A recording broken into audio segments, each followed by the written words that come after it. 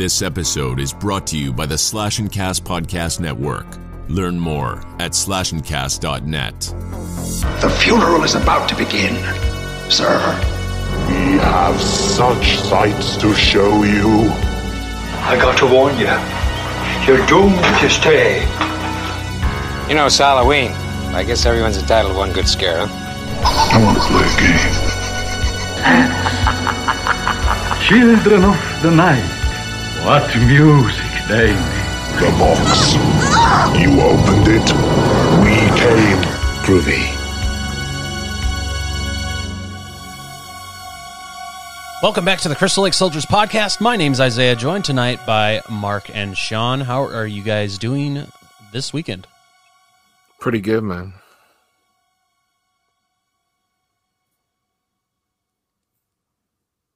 Is Mark doing the Ted thing? Nah, it's got a little mute thing on his... Yeah, I accidentally touched the touchpad. Oh. And the cursor was hovering over the mute. I'm doing all right, man. And yeah, just trying to... Man, we've been busy this weekend. Yeah, we have. It's been good, though. Yeah. Yeah, so for those of you guys that don't know, this weekend we did our first... Well, not our first live stream, but like our first... kind of official one with the podcast network. We live streamed Friday the 13th, the game with Andy from Dead in Santa Carla, Bailey from We Came From Beneath the Sea, Lane from the Lane Shift, and I forgot the name of the other guy, and I apologize because I totally forgot who it was, and I'm totally spacing it right now. Was it Kyle? No, it wasn't Kyle. Oh, crap. I feel so bad right now. I totally forgot who it was. I apologize if you're listening to this that I forgot. But you were our favorite guy, we promise. Yes. Mr. Vader Man there. He was great. But it was a lot of fun. We live streamed for about 2.5, almost 3 hours. It was a lot of fun. I definitely want to do more live streaming of either Friday the 13th or even Predator. And I know, I think Andy was saying that he was going to be doing some live streaming this Friday, and I'm excited to join in on that, play a little bit more Friday. So, yeah, for sure. Yeah, I mean, so just kind of be on the lookout for that. What were you saying? Yeah, I had a lot of fun for sure. Yeah. It was cool meeting a few of the people from the podcast network too. So yeah, that's for sure. Even though I don't have their names clearly straight, but right. Definitely make a stronger effort as things go forward. Because I had a good time, definitely. Yeah. Yeah, I'm still getting to know all them guys too, and it's just right now just know them from Discord, and it's hard to put people's voices to their names. The only ones that I really knew was Lane, Bailey, and Andy. Yep. Yeah, and man, fucking the whole night, of course it was fun going back and watching Ted and Sean make Jason run around and get really mad. But fucking Andy was savage, dude. Yes, holy crap. He was. He was the only guy to wipe the whole fucking lobby. Yeah. He played me so good though too. Yeah. That one match when Lane was I thought y'all were about to kill me for a second there, man. If there'd have been like another minute or two, y'all would have had me for sure. Yeah. Oh, but that match that Lane was walking around like, where's Mark? He's supposed to be helping me. It threw me off so bad because I thought he was serious at first because I didn't think that he knew that I was there because it was the very beginning of the match and whatnot. But yeah, then it ended up being Andy, and I was walking around with him for the longest time, not knowing that he was the helper, and then I accidentally shot him because I forgot that friendly fire was on because of how we were playing, and so I accidentally killed him, but thankfully so because he was the helper, so it all kind of worked out in the end. But God, I got played so bad in that match. It was great, but. Yeah, I mean, it'll be good to be able to do some more of that because I definitely want to be doing some more live streaming And now that I kind of got it set where I can do it, I guess, quote unquote, the proper way, and not just through, the PlayStation Network, because live streaming that way just really sucks, honestly. Yeah, I agree. And having a little bit more of a polished look and feel is kind of nice. So, but yeah, I definitely want to, for us as a podcast, do some more live streaming like that and play some more games, especially with people from the podcast network, because I think it'd be a lot of fun just to kind of build that community a little bit more and just kind of get to know them more as we kind of go along. But so we did that last night, and then we also recorded our episode for the Halloween convention that the podcast network is putting on. That'll be happening at the end of the month, so be on the lookout for that. We're going to be talking about the top 5 Halloween-themed movies that are not in the Halloween franchise. It was a lot of fun. It was the first time that we did a video podcast. It was a good experience, and I'm super excited for it. So be on the lookout for that during that weekend. And I think we wore our friend Ted out, man. Like, we don't know where he's at tonight. He disappeared on us. Right? Good times. But other than that, what have you guys been up to this week? Not too much, man. Trying to keep up with watching movies. I mentioned this in the video cast, but I'll say some of them again. I excuse me. Watched One Dark Night and Witchboard, and I've seen a couple of the Child's Play movies. I don't know if I've mentioned that on here before. And finished up on some of the horror sitcom stuff. And of course, I watched Trick or Treat for tonight. Yep. I don't know, man. Just trying to stay spooky, as everybody says. So. Right? Without, scaring the kids too much. But that's fun, too. So I've been having fun trying to show them little things, man, like the Great Pumpkin. The little one's more into it than my 13-year-old. So yeah. But the Great Pumpkin, and I can't remember.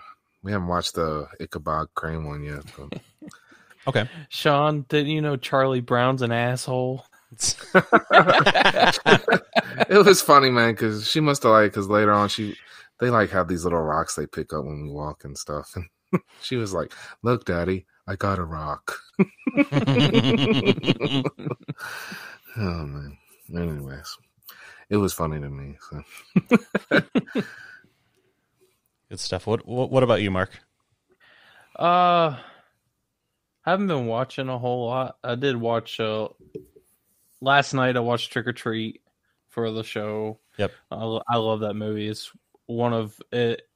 I want to say it's the ultimate Halloween season movie, but there's just so many others. But this movie is just it's probably one of my favorite anthology movies ever. Mm-hmm. Mm-hmm. Just to how everything ties together, and we'll get into that when we start talking about it.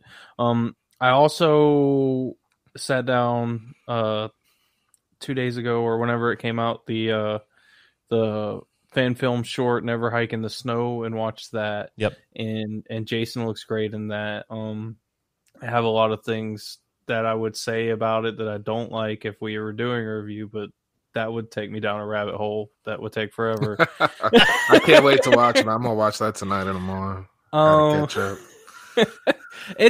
Man, the effects are great, and just obviously with everything Vincent DeSantis done, the cinematography is beautiful. Yep.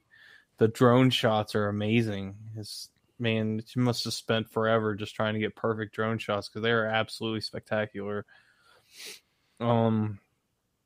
Tonight I watched Night of the Living Dead from '68, and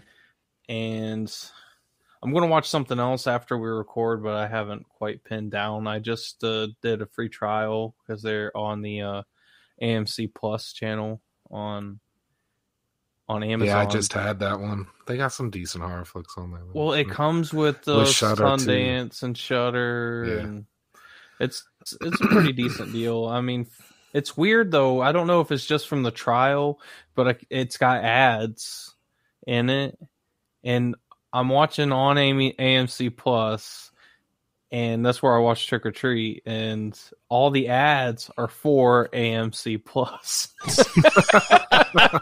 I don't know if that's just them what they do during the trial, if that would end if I paid for it. I don't know, but I thought it was weird as hell.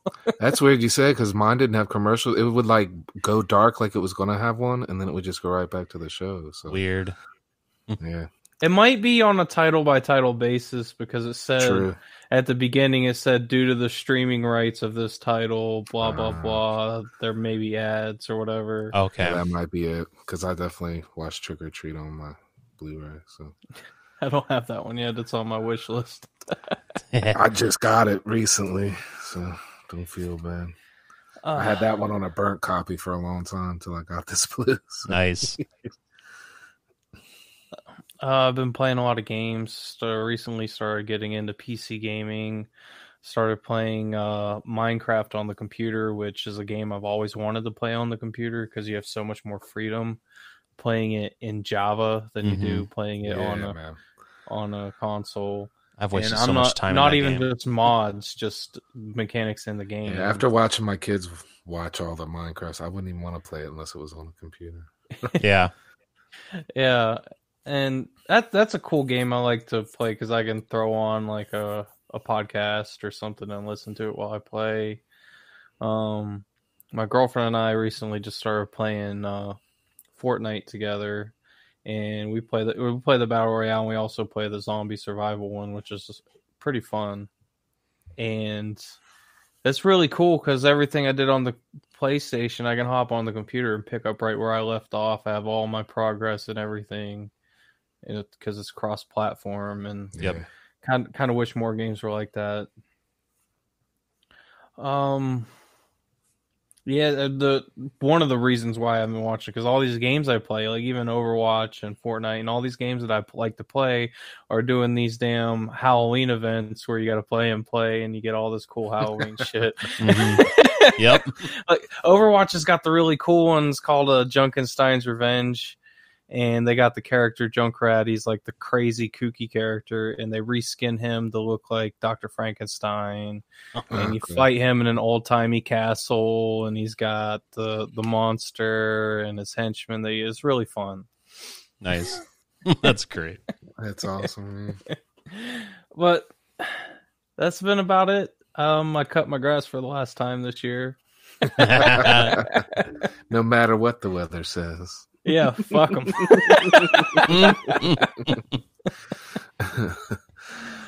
Oh, that's great. Yeah, this week for me, I rewatched Ernest Scared Stupid, and I watched Haunt, which is on Shudder.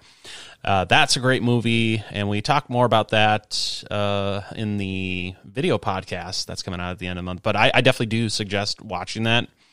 It is really, really, really good. I liked it a lot. It got me to where I'm gonna do that pre-order for the collector's edition of that through Ronin Flicks that we talked about previously in a I think it was last week, or I think we talked about it actually a couple of different times in the last month or so. So I definitely highly suggest checking that out. You can check it out on Shudder if you want to check it out before you do like a pre-order through Ronin Flicks, because they got the collector's edition again and the standard edition, and so definitely check that out. Beyond that, I watched the WNUF Halloween special, which I didn't care for. Made me rewatch Ghost Watch last night, which is always great. And then besides that, I watched some of the Roseanne Halloween specials, which are always good, especially the earlier ones. Those ones are always great. And then beyond that, I mean, not a whole lot. I did watch Never Hike in the Snow, and we'll actually talk about that a little bit here, just because of that being released and whatnot. I actually had that in the news. And then right after watching that, because we were watching actually a group with Brian from Santa Carla, and he did a watch party for that, and then we ended up watching Never Hike Alone right after that. And then we watched Vengeance. So we just did like all these fan films right in a row in one night. It was a lot of fun. We watched the one Halloween night fan film that came out this week as well. That was pretty good. It's about 13 minutes long, so it's not too overly long, and so it's good to kind of get a little snippet of Halloween. And it actually, compared to a lot of the other Halloween fan films, it was actually very, very well done. And Vincent DeSanti is also in that playing Michael Myers, so kind of a tie-in to the Never Hike Alone stuff. He played the Shape in that, which was great. That's cool. I forgot about that one. So is that like a continuation of the short one he did a couple years ago? No, this is one that YouTuber by the name of Jimmy Champagne. He's like a huge Halloween nerd, and he got together with other YouTubers and podcasters and Vincent DeSanti to create this short, basically. So they shot it in 4 nights. It's like a continuation of 2018. It started out as being like if there was a deleted scene from Halloween 2018. And it kind of just evolved from there and turned into a whole like short story. Basically, it's pretty good. It's pretty brutal. The kills are great in it.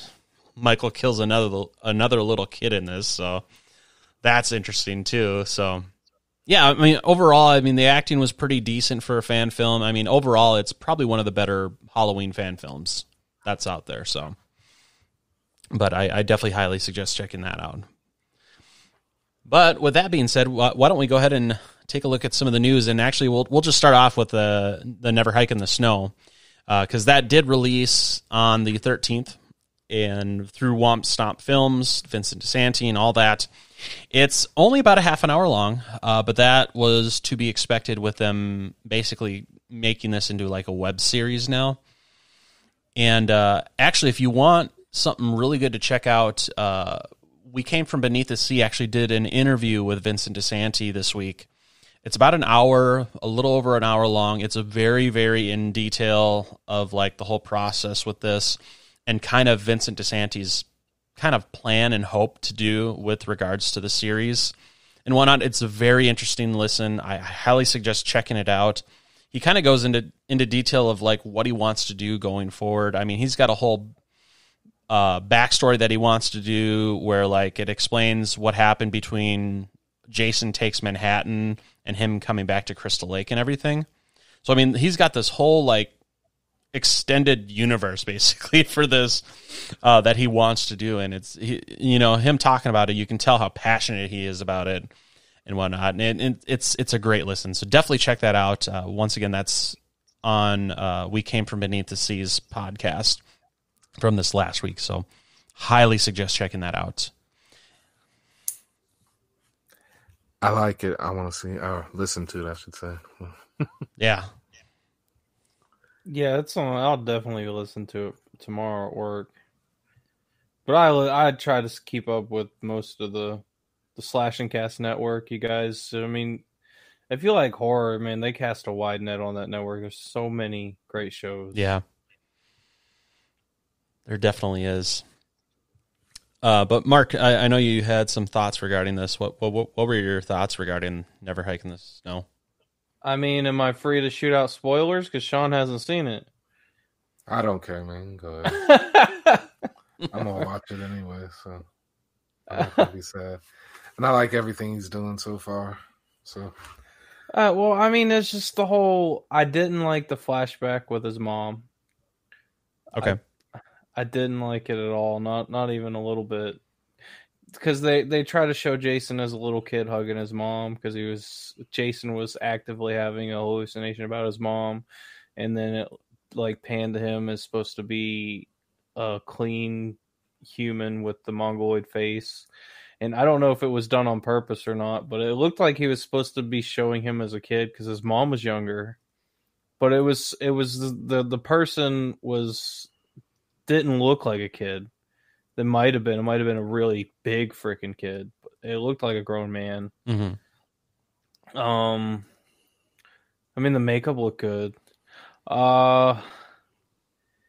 The whole idea of the sheriff is going to come to your house to tell you that your kid's missing because he's trying to cover up his death, that doesn't make any sense to me. I mean, the sheriff's not going to report your child missing even after you haven't reported them missing. It's funny that you bring that up because actually Vincent actually talks about that at length in the We Came From the Beneath the Sea podcast. He kind of explains his thinking about that, and I totally understand where he's coming from, so I definitely highly suggest checking that out because he kind of explains why he went that way with the character. I mean, I'll listen to it, and I feel like I know why, and I will listen to it. I feel like I know why, and I feel like I know what the explanation is. I just don't agree with it. But I could be proven wrong, and I will listen to it. It just seems weird. I get that he was trying to cover it up. He was trying to hide Jason, and that he was reported to find this car. But, I mean, if he was just doing that, he could have said, yeah, we found your car. There wasn't anybody there, but we found your car. I don't know. I can't wait to watch it. It's good, man. And it's shot very well. It's just there's these little things that I just... No, I understand. I like the original one, man, but I wasn't overly hyped on it as much as everyone else. This one's got a full cast, and it's got the police department. The end of it, and I'm not going to really get into it with detail, but the end of it, the tension is there, the anticipation builds, and it's scary in parts of it. So he did that very well. Yeah. Because I was a big fan of Vengeance, honestly. I thought, even though Jason could have looked better, but Vengeance was good. I thought, but I mean, as far as like fan films go, it was really, really good. Yeah. And so was Never Hike Alone, the first one. I really like that one. I just wish there was more of the practical effects side of it. And this one, you actually get more of that, and it's pretty good. That's cool. Right. Yeah, that was one of my complaints in the first one. And I thought it could have been shorter. But... Well, definitely don't have that problem here because I tell you what, it gets right into it right away. There's no build up. It's like just right at the beginning. Boom, there's Jason chasing a guy. So it starts off right away and it doesn't really kind of let up from there. For the next one, I hope we get another fucking face-off with a true face-off with Jason, because that fight between Kyle and Jason in the first one, that was fucking epic. Mm-hmm. I loved it. The way they were just blow for blow, beating the shit out of each other, and then that axe to Jason's neck, that was just such a fucking awesome fight, I thought. It was great. I loved it. Yeah. But yeah, so definitely check out Never Hike in the Snow. Once again, that's through Womp Stomp Films. You can find it on YouTube very easily. It's very, very easy to find. But kind of moving on from there, just still kind of on the topic of Friday the 13th, Shout Factory's recent box set for the Friday the 13th collection did have some errors with some of the discs, which I'm sure most of you have heard of, regarding Part 3 with the 3D not working properly in certain areas.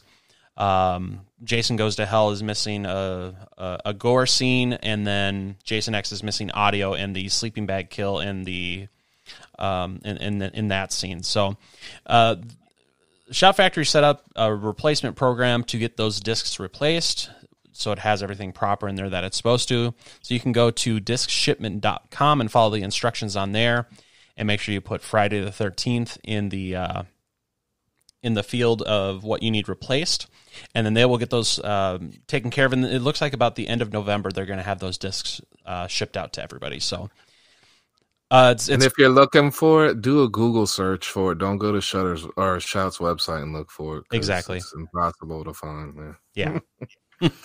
Just a side note. But yeah, discshipment.com. If you go directly there, it brings you right to the form and everything, and then you just got to put in Friday the 13th into what you need to have replaced, and then just fill out all the information. It's very, very simple, very easy to do. It'll take you less than a minute. Just make sure that you have a copy of your receipt for the box set from wherever you bought it from, because you'll need to upload that as proof to get the discs sent to you. So it's great that Shout got on the ball on that right away and got that set up very, very quickly, because I mean the set's only been out less than a week. Or a little more than a week, rather, and it's already set up and ready to go. So that's great. So that's the news on that. Now, kind of moving on from there, something a little interesting is 20th Century Studios has a movie being released this coming Friday, October 23rd, into theaters called The Empty Man. And what's interesting, there's been no talk about this movie whatsoever, and all of a sudden they're promoting this, so I have a feeling it's going to be a little bit of a stinker. But I wanted to play the trailer here just to kind of get your guys' reaction to it and see what you guys kind of think. So I'm going to go ahead and play that now.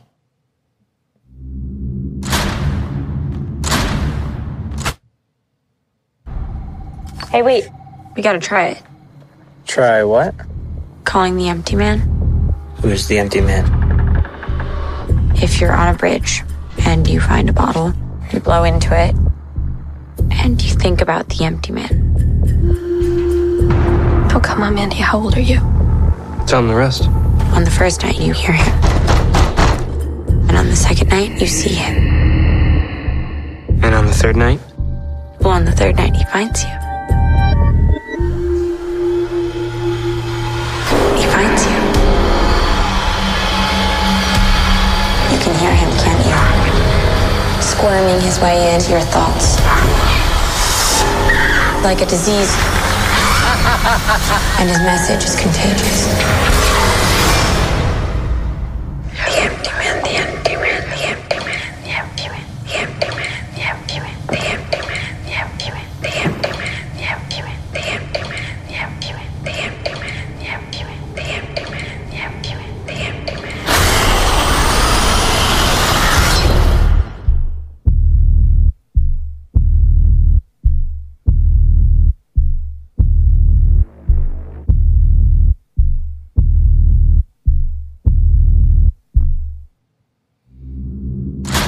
Yeah, so the Empty Man comes out next Friday, October 23rd. So on Bloody Disgusting, they kind of described it as it's kind of like The Ring meets Candyman meets the Bye Bye Man. Like, I could barely make it out, man. I felt like I was listening to the Event Horizon transmission that they had to dissect and figure out. Yeah, I couldn't make out a whole lot of it. It sounded like they're trying to make like a whole new, like, Slender Man type thing, and it's, I don't know. Mm-hmm. It kind of seems like that, a lot like that too. It's just blowing into a fucking bottle and then saying the empty man's name and whatever the case may be, and then he comes to find you. It's just so, it looks fucking stupid. And it definitely seems like it's going to be a stinker of a fucking movie because, Jesus Christ, I mean, a week to fucking promote this stupid thing. Kills me, they'll release stuff like that, but they won't release other things. Exactly. I mean, I know what they're thinking is because they're waiting for bigger box office dollars. But whatever. I'm sure Bill and Ted made a killing just being on demand and at a few theaters. So. Exactly. But yeah, it's not. I mean, it's not going to be even comparable. If it was good, it's not really my kind of movie, anyways. So. Yeah.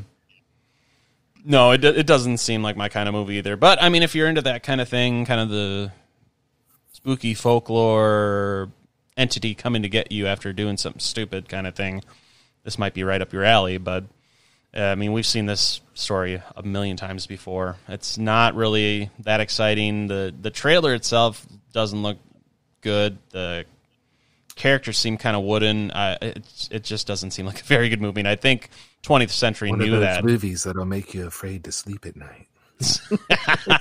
Yeah, something like that. But so that's coming out October 23rd. If you're interested in going to the theaters to see it, if you can find it anywhere, because who knows what theaters are actually going to be playing that garbage. So go out and see that if you'd like. In other news, Showtime is actually bringing back Dexter for a limited revival. It's going to be a 10-episode season, which that came out of nowhere because that hasn't been talked about since the fucking series ended with that shitty series finale. And, I mean, I thought, I would have never thought they would be bringing the show back at any point. But the fact that they're reviving it for one season coming out next year at the end of the year is interesting. Yeah, that's pretty cool. Maybe it's their way of trying to redeem. Like, I didn't watch the show, honestly. I know a lot of people that did, so I heard things. I never actually, it's not because I didn't want to, just didn't have the time, but I know it was a huge success, and I know people were upset with how it ended, so maybe this is their way of trying to redeem themselves. Yeah. It did come kind of out of nowhere, but that's cool, man. I mean, why not? The one promising thing with this happening is that the original showrunner, Clyde Phillips, is coming back to do it. And he did, I think, the first 4 seasons, which are arguably the best parts of the show. And it kind of just died out after that because they kept just switching showrunners. So the fact that he's coming back to do another season, it brings a lot of promise for this. Yeah, that's cool. That's definitely cool.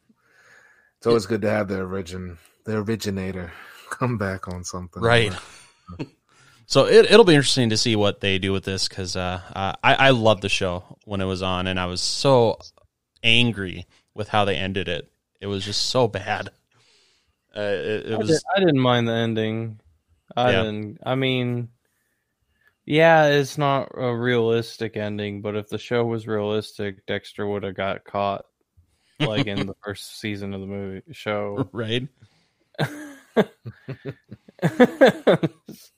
I don't know.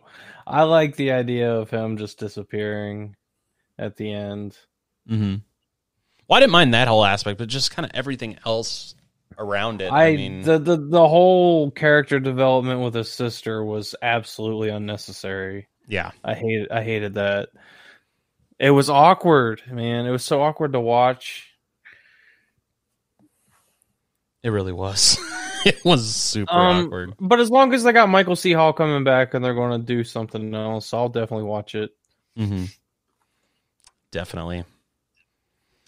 So that you can expect that probably they're thinking fall 2021. Obviously, there's no set date because they're just starting pre-production. So they're kind of shooting for fall next year for a release on that, which will be great.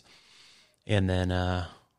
Yeah, so the last piece of news that we kind of have is a while back there was a book for the Halloween series release called Taking Shape that kind of covered the whole Halloween series. It's a pretty good book. I bought it. I highly enjoyed it. And they're actually releasing a sequel called Taking Shape 2, The Lost Halloween Sequels, and that's actually available right now. It's about $25 on Amazon, so you can get it from there. Especially if you got Prime, they got it included with Prime. But basically, kind of what it covers is it covers 24 different Halloween sequels that never got made. You've got an alternate Halloween 2 pitched decades, or I'm sorry, Halloween 3 pitched decades after the first one. 3 unused versions of Halloween 4, one with Laurie Strode. Exclusive detail on an early Halloween 5 with an evil Jamie Lloyd. The Halloween 6, nearly produced by Quentin Tarantino. An early version of Halloween 7 before it became H2O. 3 different sequels to Halloween Resurrection. An insight how a crossover with Hellraiser almost came to be. 2 different stabs at a 3D sequel in the Rob Zombie era, which I'm glad that those never happened. A reboot with 2 shapes and another with 100. Which that's interesting. And then finally, a reboot that introduced the Halloween multiverse, which I'm glad never happened as well. Because I needed a Halloween multiverse. God. They should let Quentin Tarantino have that one, man. There you go. I can't imagine him doing a Halloween movie. I like Tarantino, but I just can't see a Halloween movie. I don't know. I don't know either. It would have been interesting, that's for sure. That's for sure. But yeah, so that book is available as of now, and you can definitely get it through Amazon. Like I said, it's about $25. But yeah, are you guys ready to talk a little trick or treat? Heck yeah, man. Yes, sir. All right. Well, I don't got a trailer for this week because I'll be honest, I completely fucking forgot about the trailer. But anyways, Trick or Treat was released on... Sam's gonna get you, man. I know, he's gonna have my ass. But Trick or Treat initially was released through a film fest on December 9th, 2007. And actually, it went through like the whole film festival circuit for almost 2 years. And then it finally premiered on DVD on October 6th, 2009, just in time for Halloween. It was directed by Michael Daughtry, Just a couple pieces of information regarding the movie. Most of the jack-o'-lanterns used were made either out of foam or ceramic. An on-set joke was that no pumpkins were harmed during the making of the movie. Prior to the film being made, the film actually went through a few different name changes. It started out as Season's Greetings, which was actually based off of an animated short, I believe, that Michael Daughtry made back in the 90s. And so it started off with the name Season's Greetings. Obviously, it was changed because it sounded too much like a Christmas film. Then it was called Halloween Terrors, then Jack-O'-Lantern Tales, October the 31st, and then finally Trick or Treat, but with or spelled out. But because it was too similar to the 80s Trick or Treat movie, they changed it to just Trick or Treat to kind of differentiate it. And that's a good movie, too, by the way. It really is. With Ozzy and Gene Simmons and Mark Price. Yep, agreed. And the final piece of information regarding this is the kid with the lollipop in his mouth who's peeking in on the girls as they change in the changing rooms is actually the actor that plays Sam throughout the rest of the movie, which I didn't know until I just found that out today too, man. That's really cool. Yeah. I also heard like the reason it went through the festival circuit for so long is because Warner Brothers, right when they were going to release it. Now, this isn't confirmed because they pulled it and nobody really knew why, but the thought was they pulled it because for Saw 4. Yeah. It just never really got put back on the calendar until they realized, the festival circuit, it was doing all right. So they were like, I guess we'll put it out on DVD. So yeah. Warner Brothers kind of gave it the shit treatment. So, and it's such a good movie. I mean, it's an amazing movie. Yeah. I think, because I thought Halloween movies were really lagging at the time. So when it came out, I was like, damn, this is a gem, dude. Like, this will forever be watched on Halloween from now on for me. Yeah. Yeah. It's great, man. Sam's awesome. He's like a little pumpkin head. Yeah. I just love the way they did the anthology, the way they tied it in. Because they started out with the couple, though I don't know what the guy was dressed as, like maybe an executioner or like a BDSM guy or something. But his wife was like a cardboard tinfoil robot, and man, that's one of my favorites just because how homemade it is. Yep. So they started out with that, and then at the end of the movie, it ends with it. It like brings it all together. It was just, I loved it. It was so good. What's cool to do too, man, is after you watch it, go back and watch the first few minutes of it. You see so many clues as to what's happened. Yeah. You see the kids coming out of his house and all kinds of shit, dude. So. Yeah, the one thing I really loved with this movie, because obviously you just stated how it's an anthology movie. Usually when you think anthology movies, you're talking different stories kind of just thrown together, maybe with another intertwined story that kind of connects them all. But no, this whole movie is just intersecting with each other at every single point. So all these stories are intertwined with each other, which is really cool. Sorry, go ahead. And it's what kind of sets it apart and kind of sets it above like all these other anthology movies, because you'll have with the normal anthology movie just different stories. They don't really intersect with each other except for maybe that outlying thing that kind of ties everything together. But when you have everything kind of intersecting with everything, it's on a whole other level. Which it made it feel smart, man. It made it feel smart. Yeah, it really did. And it makes it feel Halloween, more of a Halloween night, like it's all the same town, same night. Yep.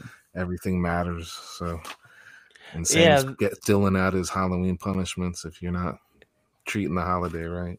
Yeah, they leaned heavy on the folklore, and it was great because how they presented it at certain parts throughout the movie, and they began it with all the comic book art and like the covers and the transitions. Yep. Like these are like stories that you would find in a Halloween horror comic book that you'd like pick up with like a seasonal comic book or something. These are types of things that would be in one, and it was just the perfect theme for it. Yeah. I agree. I agree completely with that. Yeah, I mean, everything. It had kind of everything in there. I mean, it definitely had some scary elements to it. It had some comedy elements to it. The characters were great in this. I mean, I don't think there was any characters in this movie that I didn't like. I did like how they made Brian Cox almost kind of look like John Carpenter in this, which I think was great. Yeah, there's so many Stephen King and John Carpenter like shout outs in this movie. Yeah.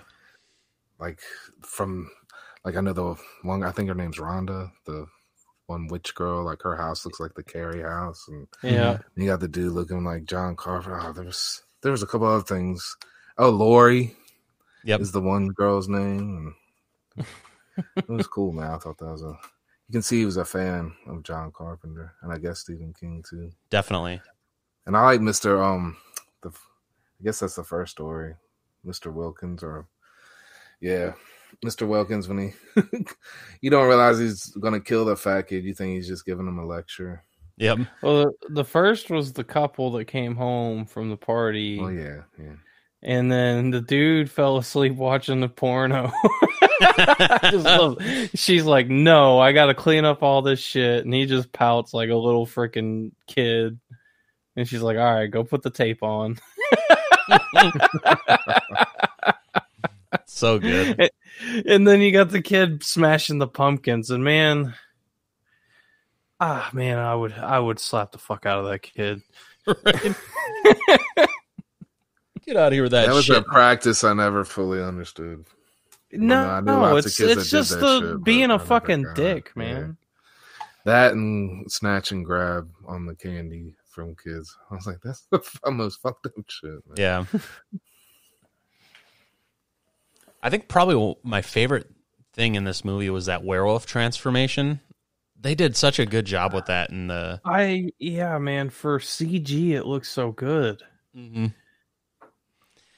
It was very, very well done. I really thought that was done well. I mean, yeah, it definitely had some CG, but it also had some of the practical elements, like pulling the skin off, which was great. Because, I mean, you could totally tell it's fake skin, but it just works so well with it.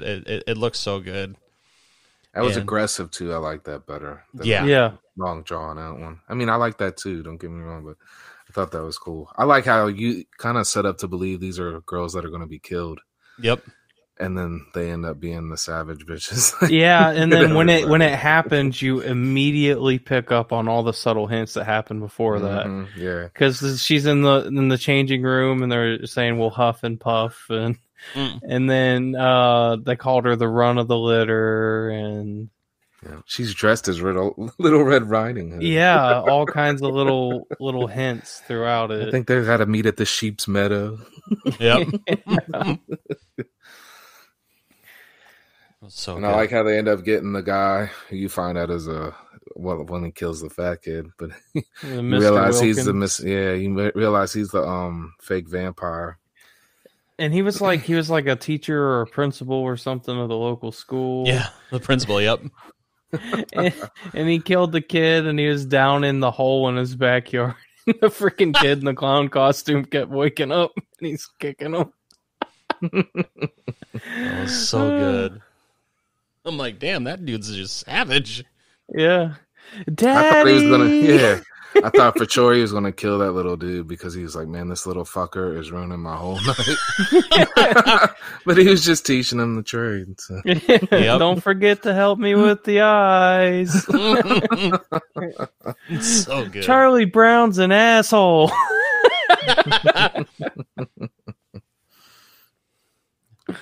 My favorite story is the kids that are killed on the bus. Yeah. That's my favorite of all of them. Okay. I just I don't know, it's kind of dark because the parents pay the bus driver to just murder all these children because there's, I assume they were special kids. That's the way it was passed off. And I just like how Rhonda is actually, of course they're going to pick on her and scar her for life, but instead she lets the zombie kids take care of them. Yep. That had the darkest feel to me of all of them. They were all great stories through and through. The whole movie just adds up great, but that I thought had a dark aspect. I like too how it ties in at the end. Yeah. With the old man too. So yep. Everybody who's an asshole kind of gets what they're supposed to get in this movie, which is a good thing. So. That's for sure. Yeah. Well, it's because Mr. Wilkins, I thought deserved it. Well, other than the bus driver, because that was all backstory. But on the movie, from everything you saw, like he's killing these kids and burying them, and then when he's done, he teaches his son how to mutilate a corpse.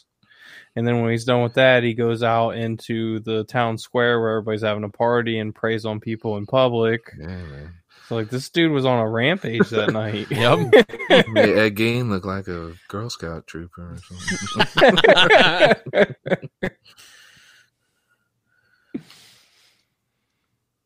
Yeah, it's so good. Yeah, I don't think there's one aspect of this movie that I don't like. Like you were saying earlier, it's like the perfect Halloween movie. Honestly. It's yeah, man. If you obviously, if you want to watch like a movie on Halloween, people are going to like watch Halloween with Michael Myers, and it's understandable. It deserves that mantle. But man, if you really want to feel the season, but you don't want to give up on the actual horror aspect and go into like a family friendly vibe, this movie's perfect. Mm-hmm. Yeah, it has such a great fall feel too. Yeah, besides the Halloween. Yeah, that's. I like when he has the little fight with the old man. Yeah, that was great. Yeah, the glass in the hands, and I love the scene where Sam's on the ceiling, and you could just tell it was a grown ass man in a costume. Is way bigger than Sam up on that ceiling. And like even the scene when Wilkins was looking over at, and I don't remember the old man's name, but he was like banging on the window asking for help, and then off through the window he got tackled. That creature that tackled him was bigger than he was. That's what he gets for being an old asshole. No one bothered listening to his cries for help. Nope. Yeah. Fuck that. I did like his trick with the dog though, man. To yeah, steal candy. Yes. It's not nice to steal candy from kids, but that shit was kind of funny with the dog. That would have scared me, honestly. I was like, what the fuck is coming out this house? I like how they made him learn his lesson and repent for the way he was treating the kids, and made him start giving away. He's like, all right, now that you know that you were fucking up, we gotta deal with this other thing. Yeah. You're like, okay, well, he's gonna live now because he's giving out candy. Yeah. Because Sam goes to stab him and it hits the chocolate bar instead of hitting him. And then Sam's like, all right, I got my chocolate now. I'm gonna peace out. And then he starts handing out candy, and all the kids from the bus show up. They're all like ghouls or zombies or whatever. Okay. And I love that transition. I mean, I would have liked to see it in practical, but the panel, the comic book panels of the kids tearing up this old man was just so good. Yep. Definitely. That was awesome. He got his just desserts.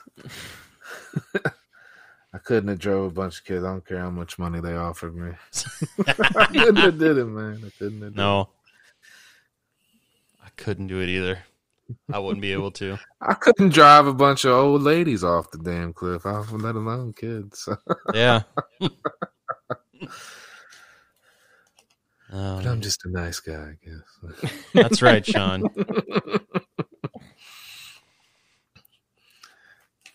Yeah, I mean, other than that, I fucking love this movie. It's right up there. And honestly, with most Halloween-themed movies, usually I like them the most. And that's just because of the season. Obviously, I love the fucking Halloween season. I always have. It's been my favorite time of the year ever since I was a little kid. So anything Halloween-related, usually I'll like, with the exception of like WNUF, the Halloween special, because that shit sucks. But, I mean, for the most part, 98% of Halloween movies I fucking love. So, yeah, this one's definitely... If I were to rate this one, this is definitely going to be a 5 out of 5 for me. Oh, yeah. It's 5 out of 5 all day. Yeah, man. Outside of Night of the Demons, which is my favorite Halloween movie, outside of the Halloween franchise, and probably Midnight Hour, this is number 2, maybe 3, and sometimes number 1. 5 out of 5 for sure, man. Great Halloween movie. Great feel. Everybody should watch it. Shame on you if you don't. Right. You don't know what you're missing. Seriously, though. Check this fucking movie out if you haven't seen it, because it's definitely well worth it. But we would also love to know what you guys think. As always, you can reach out to us through our Instagram, Twitter, and Facebook, all at CLS Podcast. We definitely appreciate you guys checking out this week's episode. Is there any final words of wisdom you guys have as we leave tonight? Never trust a hottie trying to find her first time on Halloween night. Honestly, you probably should follow advice every night. But. Right. Yeah, I mean, we already said it in the Halloween thing, but give out fucking candy, man. It's Halloween. Yeah. Especially this year. I mean, kids need it. If you can't afford, man, crazy decorations, man, a pumpkin is like $10. We used to pop popcorn for them and bag it up, man. Yeah. That shit was real cheap. I mean, the art of trick-or-treating is dying quick, man. Yeah. We got to do this. There's an extra hour this Halloween night on for a reason, man. The ghouls are gonna get you. Yeah, it's gonna be a blue moon this year. Yep. Daylight savings time. I mean, it's on a Saturday. It's the perfect night for fucking Halloween this year, and honestly, the kids definitely need it, especially with all the shit going on right now. So yeah, they need something, man. For God's sake, need something to look forward to. So get on that shit. Get that candy. Pass out the candy, or leave a bowl out with the candy if you don't feel like being in contact with the kids. Seriously, just do something. Let these kids have Halloween, goddammit. Yeah.